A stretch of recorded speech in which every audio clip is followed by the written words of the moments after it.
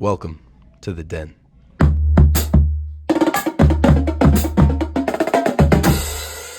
Welcome back, guys. This is our 7th edition of the Den. I'm your host, Merrick DiCarolis, along with my co-host, Caden Martz. How you doing, Caden?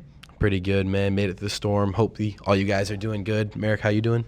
My family's all good. We got through the storm. I'm just really excited for this week of high school football. Everyone's got their makeup games in Central Florida, so everyone's going to be playing twice this week. Should make for a really, really interesting week. Oh, yeah. And looking at our first game, we beat Hagerty 42-28 in that rivalry game for the Mayor's Cup. Our predictions, looking at mine, not even close this week, 48-3. Honestly, a little bit embarrassing of a prediction. You know, I really feel like the defense the offense almost held up their end, but the defense really let you down there. 48 is an interesting number. You expecting a field goal in there or something, a missed extra point? No, maybe. I don't know, man. All right, my prediction was 52-14. I was, not much better. I expected the defense to give up some explosive plays, and they sure did. Gave up more than I was expecting, though. The Lions' defense looked really vulnerable. They gave up multiple 50-plus yard plays to Porter Williams, Hagerty's star running back. Oh, my gosh, that guy cooked us. He's fast. Incredible. Caught a screen pass and just went right it. Past our entire defense. No one was even close to him. That kid gets any open space, he's dangerous. While the defense was vulnerable to explosive plays, they were able to force 5 turnovers throughout the game, which is what we've seen all season. They had 4 interceptions. Hagerty's quarterback, Caden Mitchell, ended up getting benched. Oh, yeah. Through 3 of those interceptions. Yeah, backup looked better. I don't know who it is, but he's a young guy. Yeah, but absolutely. Jalen Lewis had a pick 6 that really started to give the Lions momentum. Yeah, honestly, at the beginning of that game, it was very scary. We had like a muffed punt. Absolutely. We were down 21-7 at one point. Jerome Curry led the offense with 2 touchdowns at 185 total yards. He looked really sharp. Looked like he could really carry the Lions there. We ran the ball a lot, but Jerome did well with what he had. Chance Nixon, like we said, ran the ball a lot. Another great performance. Had 107 yards and 2 touchdowns. He had 18 carries, which is his most on the season. He really proved that he can carry the load in the wake of Brock Joyce's injury. Going back to the defensive side of the ball, Anthony White had a great game against his former team. He led the team with 4 tackles for loss. He looked really explosive. He looked like he was the most prepared for that rivalry game. He obviously knew what Hagerty was going to do as he played there for the last 3 years. He looked really good.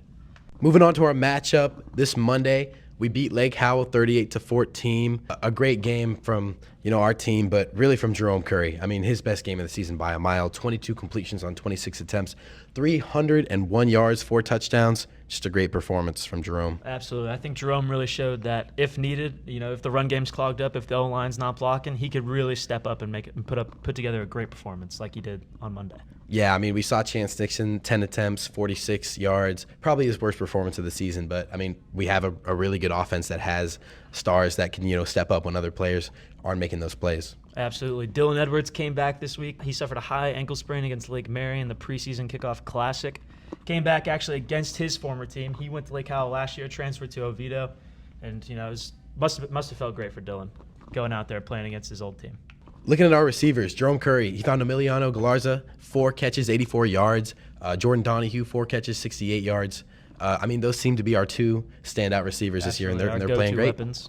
Trey Ritter, 2 catches, 38 yards. 2 catches, 38 yards, converted a big 3rd down. Trey Ritter did on the first drive. Really set the momentum for the Lions. Yep, next week. Is this our senior night? Absolutely. Senior night, Friday night, we play University Orange City, the biggest test of the season.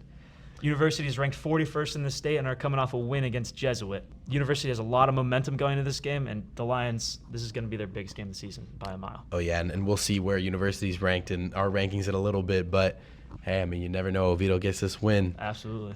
Moving on to our rankings now. Number 1, Cocoa.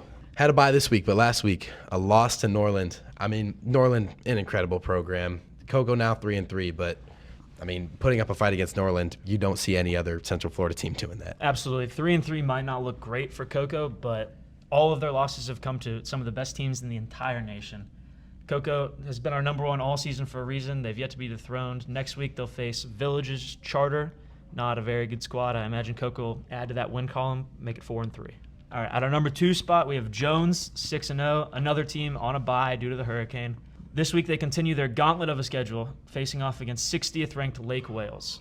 Yeah, Central Florida actually doing good against Lake Wales. Yeah. So I would imagine Jones hopefully can pick up a win there. But 7-0. Hey, can't sleep on Lake Wales. It's a good team. O'Galley 7-0 now. They beat Merritt Island 27-20. A good program. They did show a little bit of weakness there, showing they can be beaten.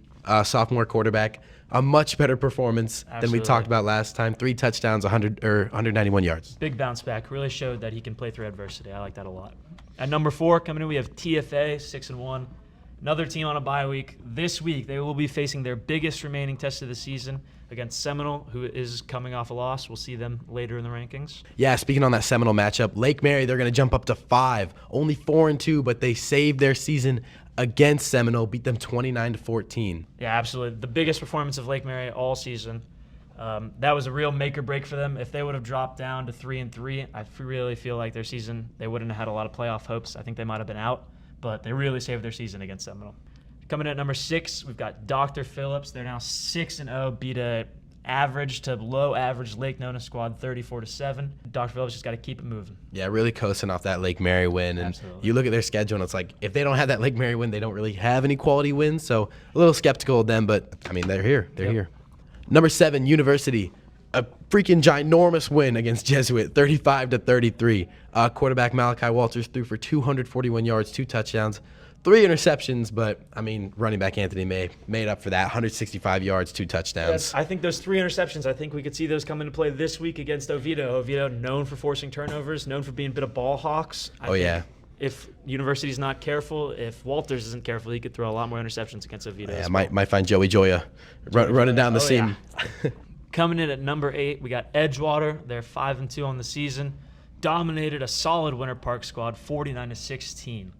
Edgewater scored 42 points in the first half, really took their foot off the gas in the second half. Senior wide receiver Tyson Carter has been playing great of late, averaging 21.2 yards per catch. Yeah, and then this week they beat Winter Springs 48-14. Not much to talk about there with Winter Springs. Winter Springs is Something. down at the bottom of teams in Central Florida. Yeah, but We expect Edgewater. that out of them. Yeah, Edgewater just continuing to climb as we predicted. They're just going to keep moving up and moving up. Yep.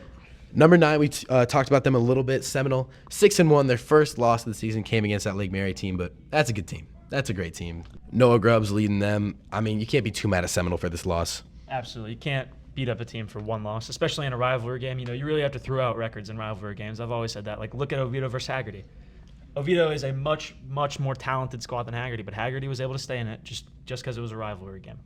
Coming in at number 10, we have Bishop Moore. They beat a very, very poor Eustis squad, 62-6. Eustis is on Oviedo's schedule late in the season. Nice, easy win for Oviedo later in the season. Bjorn Jurgensen, another great performance out of the quarterback. My favorite senior quarterback in the entire class out of Central Florida. 12 for 16, 208 yards, and 5 touchdowns. The kid has a cannon of an arm, and he knows how to read a defense.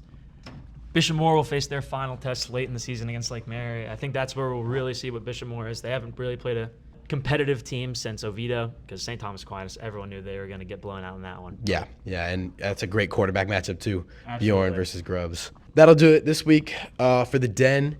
Guys, sorry about the missed week, but that hurricane really threw everything off. Please DM us all your questions on Oviedo Now Instagram. We'll try to get to that little mailbag segment maybe.